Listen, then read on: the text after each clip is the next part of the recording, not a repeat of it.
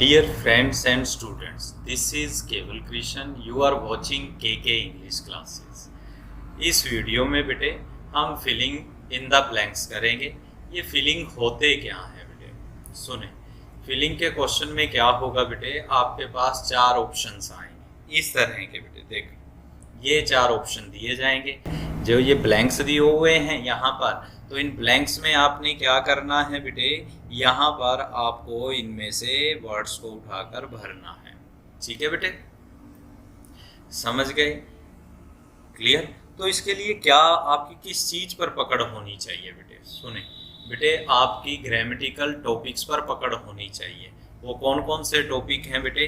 आपकी नाउन के ऊपर पकड़ होनी चाहिए, एडजेक्टिव के ऊपर पकड़ होनी चाहिए, कंजंक्शन के ऊपर होनी चाहिए।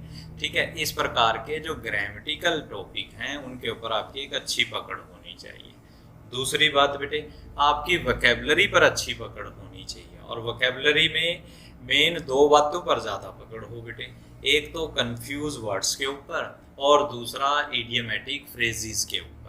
समझ गए? यदि आप इन फीलिंग्स को भरना चाहते हैं, इन फीलिंग्स को सही करना चाहते हैं। क्लियर? अब चलते हैं हम अपने क्वेश्चन पर। हमारा क्वेश्चन है बेटे, when the doctor dash the patient was already dash. अब यहाँ पर क्या दिया हुआ बेटे, अराइव्ड और डाइड दिया है ए सेक्शन में, बी सेक्शन में दिया है अराइव्ड और डेड दिया है, सी सेक्शन में अराइव और डेड दिया है, और डी सेक्शन में अराइविंग और डाइंग दिया है। अब इसमें से क्या भरा जाए? तो पहली बात तो ये बेटे ग्रामेटिकल टॉपिक है। ठीक है बेटे, कौन सा टॉपिक है बेटे? वर्ब का। ये वर्ब की फॉर्म दी हुई है बेटे। क्लियर? तो आपको सबसे पहले ग्रामेटिकल टॉपिक सीखने चाहिए बेटे, नाउन, प्रोनाउन, एडजेक्टिव, एडवर्ब। तो आप इसका किसी भी बुक से बेटे इसके बेसिक नियम्स को पढ़ सकते हैं। तो वहाँ से पढ़ लीजिए बेसिक नियम से, फिर आगे हम इसका हल कर सकते हैं। ठीक है, ऐसी मार्केट में बहुत सी बुक्स हैं बेटे जो आप ले सकते हैं। लूसेंट भी है, पैरामाउंट भी है। क्लियर बेटे? चलो जी, अब हम अगला क्वेश्चन, हम ये क्वेश्चन करते हैं। देखें, when the doctor the patient was already dash. ये वॉज आया हुआ है बेटे, आया हुआ है ना वॉज। तो वॉज से ये बात क्लियर हो गई कि वाक्य किसका है? पास्ट का है। किसका है बेटे? पास्ट का। तो इसमें पास्ट का है तो सी सेक्शन तो खत्म हो गया, क्योंकि अराइव क्या है? वर्ब की फर्स्ट फॉर्म है, और फर्स्ट फॉर्म तो प्रेजेंट में आती है। ठीक है बेटे, अब बचा क्या बेटे? अराइव्ड यानी ए सेक्शन, बी सेक्शन और डी सेक्शन। बेटे व्हेन द डॉक्टर, अब इसमें क्या आया बेटे? डी सेक्शन इसलिए नहीं आ सकता क्योंकि बेटे डॉक्टर के बाद कोई हेल्पिंग वर्ब नहीं दे रखी। वॉज वर यहाँ लिखा होता तो अराइविंग आ जाता, वॉज अराइविंग, तो वो भी सेंस तो गलत बनती। तो इसलिए ये गया बेटे, क्योंकि आईएनजी कहाँ आता है बेटे? जहाँ वर्ब की फर्स्ट फॉर्म के साथ, सॉरी, जहाँ वॉज वर दिए होते हैं वहाँ आईएनजी आता है। क्लियर? अब बात आती है बेटे, तो दो सेक्शन तो खत्म हो गए। अब बात आती है ए सेक्शन और बी सेक्शन पर। अराइव्ड और डाइड आया बेटे, ठीक है, या अराइव्ड या डेड आया। अब सुनो, व्हेन द डॉक्टर अराइव्ड, इस वाक्य में बी सेक्शन आएगा। व्हेन द डॉक्टर अराइव्ड, जब डॉक्टर आया। The patient was already dead, patient पहले क्या हो चुका था? मर चुका था। तो यहाँ सर डाइड, ये ए सेक्शन क्यों नहीं आया? ये भी तो वर्ब की सेकंड, क्या आपकी वर्ब की फॉर्म है बेटे, थर्ड फॉर्म भी कह सकते हैं, सेकंड फॉर्म भी कह सकते हैं। ठीक है, तो बेटे यहाँ इसलिए नहीं आया क्योंकि जो डाई वर्ब है ना बेटे, वो इंट्रांसिटिव क्रिया है। The patient was already, patient खुद ही मरा है ना बेटे।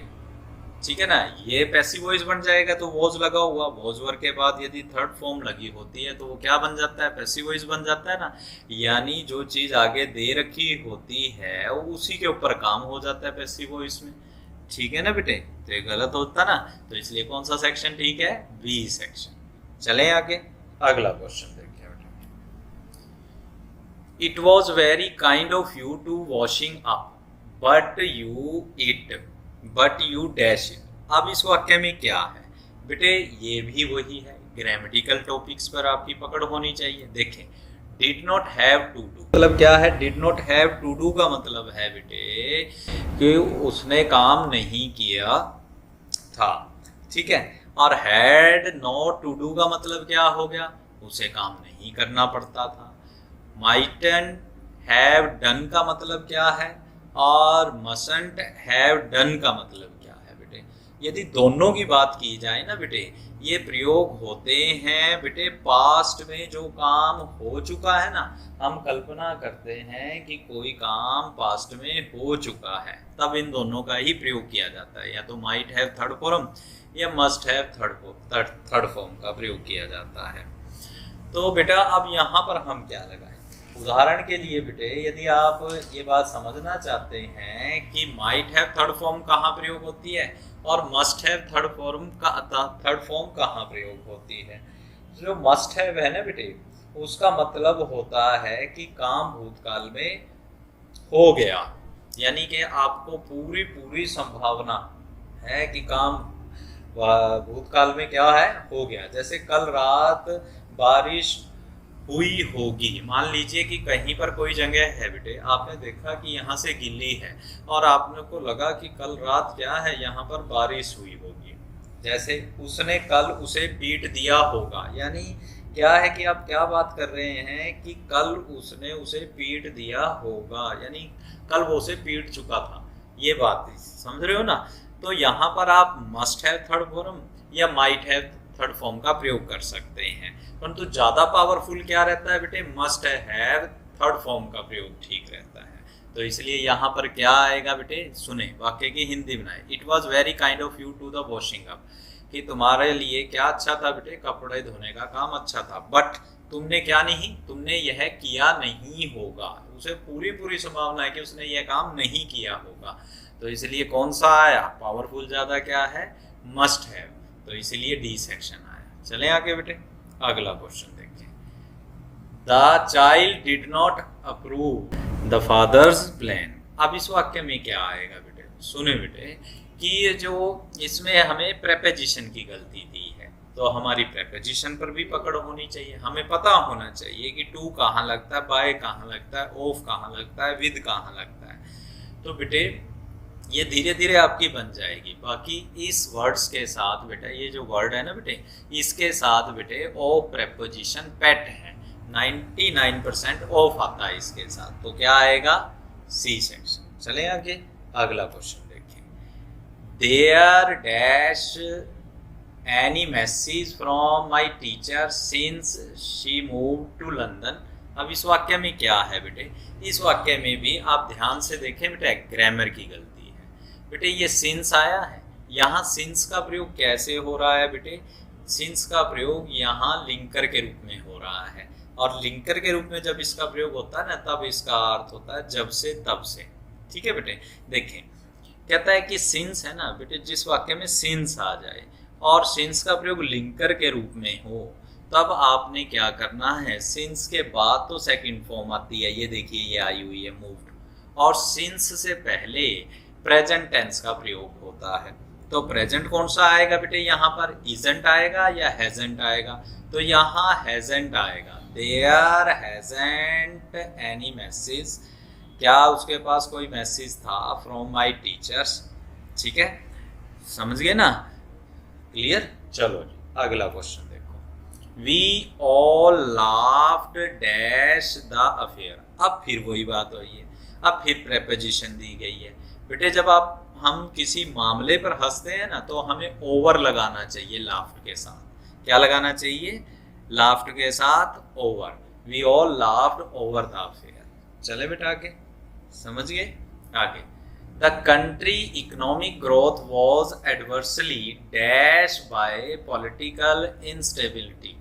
अब जो इकोनॉमिक ग्रोथ है ना, वो बुरी तरह से प्रभावित हुई। बाय किसके द्वारा प्रभावित हुई है बेटा, किसके द्वारा प्रभावित हुई है, बाय पॉलिटिकल इंस्टेबिलिटी, अस्थिरता के कारण, राजनीतिक अस्थिरता के कारण। अब नीचे क्या दिया हुआ है बेटे, अब ग्रामर नहीं दी है, अब उसने वकैब दी है, यानी आपकी वोकैबुलरी स्ट्रॉन्ग होनी चाहिए बेटे। अब रिफ्लेक्ट का मतलब आपको पता होना चाहिए। क्या होता है रिफ्लेक्ट का मतलब बेटे, रिफ्लेक्ट का मतलब होता है बेटे आपको दिखाना, शो करना। और इफेक्टेड का मतलब क्या होता है, यानी इफेक्ट।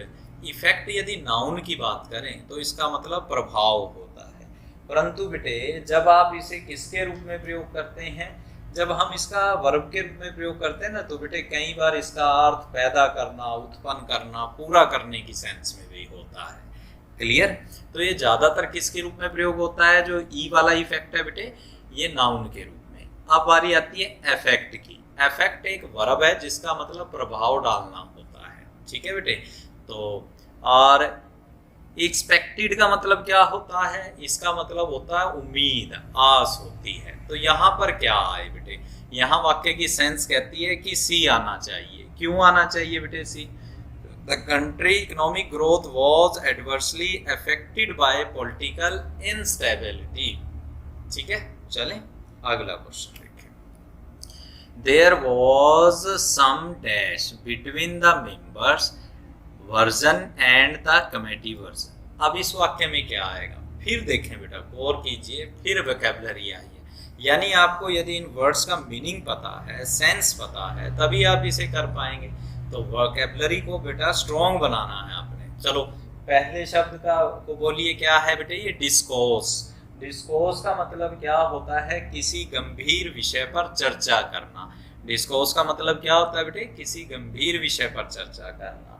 और अगला वर्ड है डिस्क्रेपेंसी। डिस्क्रेपेंसी का मतलब क्या होता है बेटे, डिस्क्रेपेंसी का मतलब होता है दो चीजों के बीच अंतर। और इससे अगला वर्ड क्या है बेटे, इससे अगला वर्ड है बेटे सर्टेनिटी। सर्टेनिटी का मतलब श्योर, पक्का। और फिर कौन सा वर्ड है बेटे, रिकरेंस। रिकरेंस का मतलब क्या होता है बेटे, हैपनिंग अगेन, कोई चीज दोबारा घटित हो। तो इसमें क्या आएगा बेटे, देयर वर सम। अब यहाँ अंतर बिटवीन, दो चीजों के बीच अंतर की बात हो रही है बेटे, किसके बीच, मेंबर्स वर्जन के बीच एंड द कमेटी वर्जन के बीच। तो क्या आना चाहिए बेटे, बताइए क्या आएगा, डिस्क्रेपेंसी आएगा। ठीक है बेटे, चले आगे अगला क्वेश्चन देखें। Dash politicians are always respected. अब इस वाक्य में क्या आएगा बेटे, फिर वही बात हुई है, आपकी फिर वोकैबुलरी अच्छी होनी चाहिए।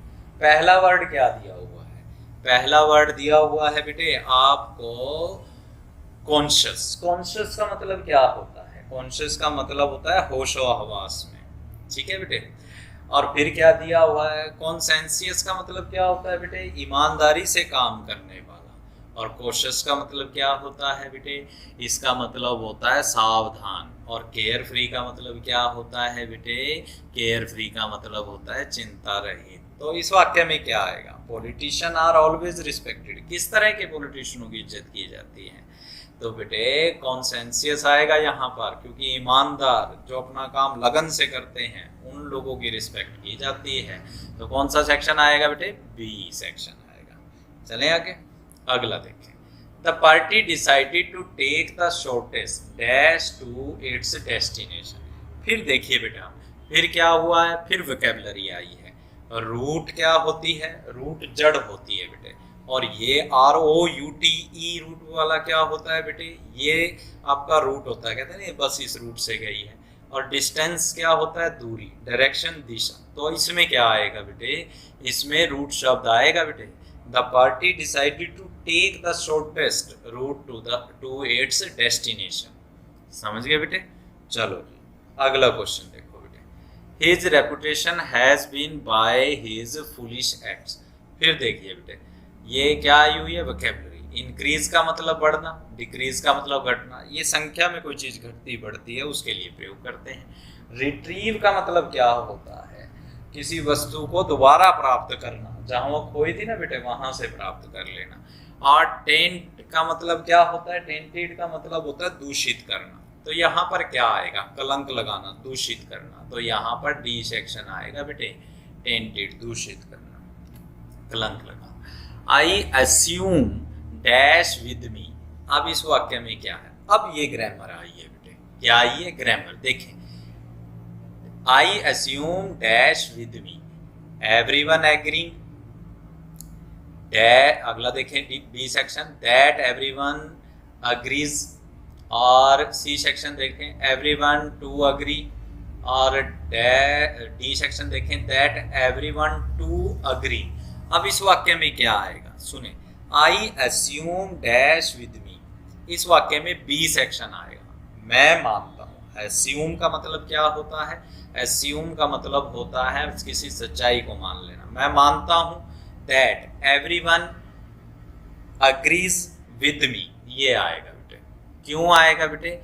इसलिए आएगा बेटे, यदि डी सेक्शन की बात करें तो वो गलत हो गया, एवरीवन के बाद वर्ब आनी चाहिए थी, क्योंकि दैट के बाद क्या आया करता है बेटे?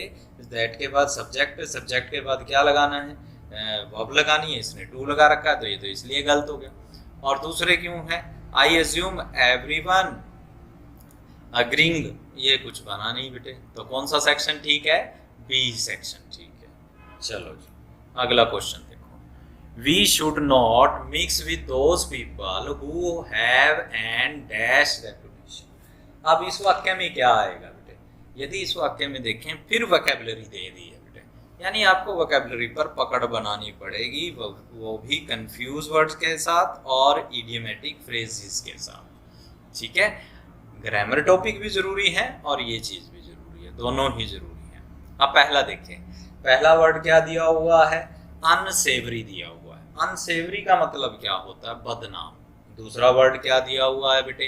अनस्टेडी। अनस्टेडी का मतलब क्या होता है बेटे? अस्थिर। अनसेफ दिया हुआ है तीसरा, असुरक्षित।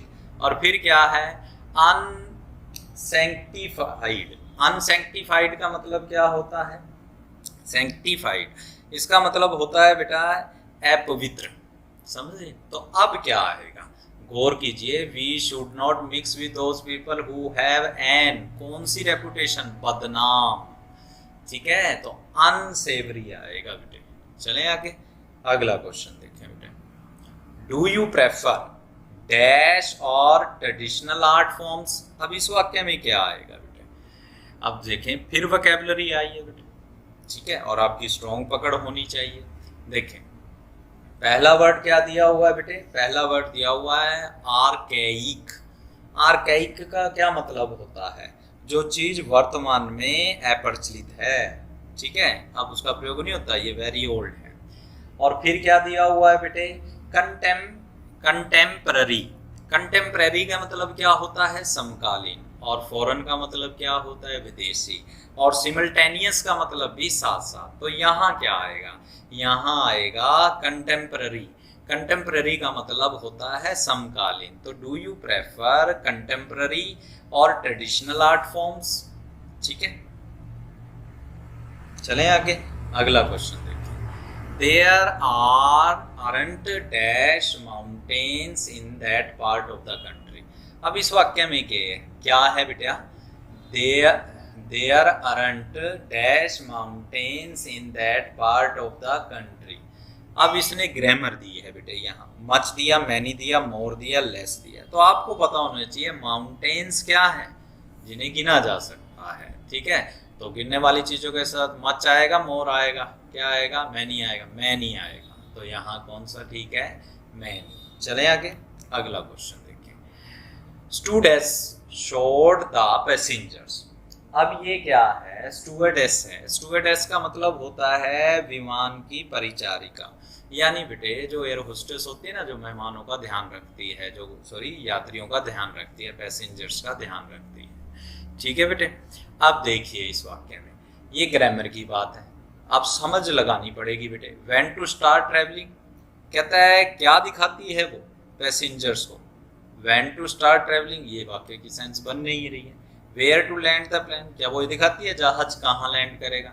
और how to fasten the seat belt, और सीट बेल्ट को कैसे लगाया जाता है ये बताती है, ये बताती है बेटे। सुना है ना बेटे, वो कहते हैं ना भी सीट बेल्ट बांध लीजिए। तो ये क्वेश्चन तो सी आएगा बेटे। चले आगे, अगला क्वेश्चन देखें। His friends dash unexpectedly. हाँ जी, तो इस वाक्य में क्या आएगा? रिटर्न टू आएगा, भी आपकी वोकैबुलरी है बेटे। रिटर्न टू वापिस होता है, कम बैक भी वापिस होता है, टर्न अप का अचानक पाना होता है, और गेट डाउन का मतलब उदास करना। तो क्या आना चाहिए बेटे? यहाँ पर टर्न अप आएगा। हिज फ्रेंड टर्न अप, उसके दोस्त अचानक ही वहां पर आ गए। ठीक है ना, ये वाली सेंस आएगी। चले आगे, अगला क्वेश्चन देखते। He always takes full dash of the mistakes made by his friends. तो इस वाक्य में क्या आएगा बेटे? इस वाक्य में गौर कीजिए बेटे कि फिर वोकैबुलरी दी हुई है। बेनिफिट का मतलब भी लाभ, एडवांटेज का मतलब भी लाभ, प्रॉफिट का मतलब भी, और यूज तो प्रयोग होता है। तो ये लाभ 3 दिए हुए हैं। किस प्रकार के लाभ हैं बेटे? बेनिफिट बेटे, जैसे हम किसी कंपनी में जाते हैं ना, जब बात करते हैं भी आपको इंश्योरेंस बेनिफिट मिलेगा आपको, ठीक है, तो इस प्रकार के बेनिफिट्स, ये बेनिफिट होते हैं। एडवांटेज क्या होते हैं? ये पोजीशन और कंडीशन के रूप में प्रयोग होते हैं। जैसे कि आप ऐसी पोजीशन में हो, ऐसी कंडीशन में हो कि आप दूसरे से अच्छा करते हो, तो ये एडवांटेज हुआ, लाभ हुआ, ठीक है। और प्रॉफिट क्या है? जो आपको पता ही है, जो आप मेहनत करते हो उसमें जो आपको लाभ होता है वो प्रॉफिट हो गया। तो अब इसमें क्या आना चाहिए बेटे? He always takes full advantage, क्योंकि वो पोजीशन का फायदा उठाएगा, कंडीशन का फायदा उठाएगा, of the mistakes made by his friends, जो उसके दोस्तों के द्वारा की जाती है। समझ गए बेटे? चलो जी, अगला question. To the dismay of the student body, ठीक है, the class president was dash berated by the principal at the school assembly। पहले तो berated का मतलब पता होना चाहिए बेटे, क्या होता है? डांटना। अब वाक्य की सेंस को समझ लीजिए। फिर नीचे भी वोकैबुलरी दी हुई है। इग्नोमिनियसली का मतलब क्या होता है? किसी को शर्मिंदगी करना, शर्मिंदगी से संबंधित होता है। प्राइवेटली का मतलब गुप्त रूप से होता है। मैग्नैनिमसली का मतलब क्या होता है? इसका मतलब होता है बेटे दयालुता के साथ। और फोर्ट्यूटसली का मतलब क्या होता है? By chance. अब आपको सबके इसके मतलब पता लग गए, तो क्या आना चाहिए? वाक्य की सेंस देखें। To the dismay of the student body, the class president was, कहता है क्लास प्रेसिडेंट को डांटा गया, किसके द्वारा? प्रिंसिपल के द्वारा। तो इसमें ए सेक्शन आना चाहिए, इग्नोमिनियसली, ठीक है, ताकि उसे शर्मिंदगी हुई एट द स्कूल असेंबली में। समझे? चलो जी, अगला क्वेश्चन देखें। Man is essentially a dash animal and tend to associate with others। तो इसमें क्या आएगा? मनुष्य क्या है? एक कैसा प्राणी है? स्वार्थी प्राणी है, स्वार्थी एनिमल है, या परवर्स विरोधी प्रवृत्ति का है, या फिर सेंटिमेंटल भावात्मक है, या ग्रीगेरियस है, जिसका मतलब होता है झुंड में रहने वाला। तो मनुष्य एक ऐसा प्राणी है जो झुंड में रहता है और दूसरों के साथ जुड़ने की कोशिश करता है। तो झुंड में जुड़ते हैं ना बेटे, तो इसलिए यहाँ ग्रीगेरियस आएगा, क्योंकि एसोसिएट विद अदर्स का मतलब दूसरों से जुड़ने की प्रवृत्ति है उसमें। चले, चलो आगे। His services have been dispensed dash. तो यहाँ फिर कोई प्रेपोजिशन की है बेटे, यहाँ डिस्पेंस्ड के साथ विद आएगा। डिस्पेंस्ड के साथ विद इसलिए आएगा क्योंकि यहाँ छोड़ने से की सेंस है बेटे। कौन सी सेंस है बेटे? छोड़ने की सेंस आती है, ठीक है, छोड़ देने की। तो इसलिए डिस्पेंस्ड के साथ क्या आएगा? विद। ठीक है बेटे, ये थे हमारे फिलिंग बेटे। आपको फिलिंग करने के लिए क्या करना पड़ेगा? आपने ग्रामेटिकल टॉपिक्स और वोकैब के ऊपर आपको कमांड बनानी पड़ेगी। ठीक है बेटे, हम इसी तरह प्रैक्टिस करते रहेंगे। धीरे धीरे आप जब इस तरह से प्रैक्टिस करेंगे आपकी वोकैबुलरी भी स्ट्रांग हो जाएगी और ग्रामेटिकल टॉपिक्स भी। हाँ, थोड़े बहुत ग्रामेटिकल टॉपिक्स आप किताब में से पढ़ लीजिए। Thank you very much, bye bye.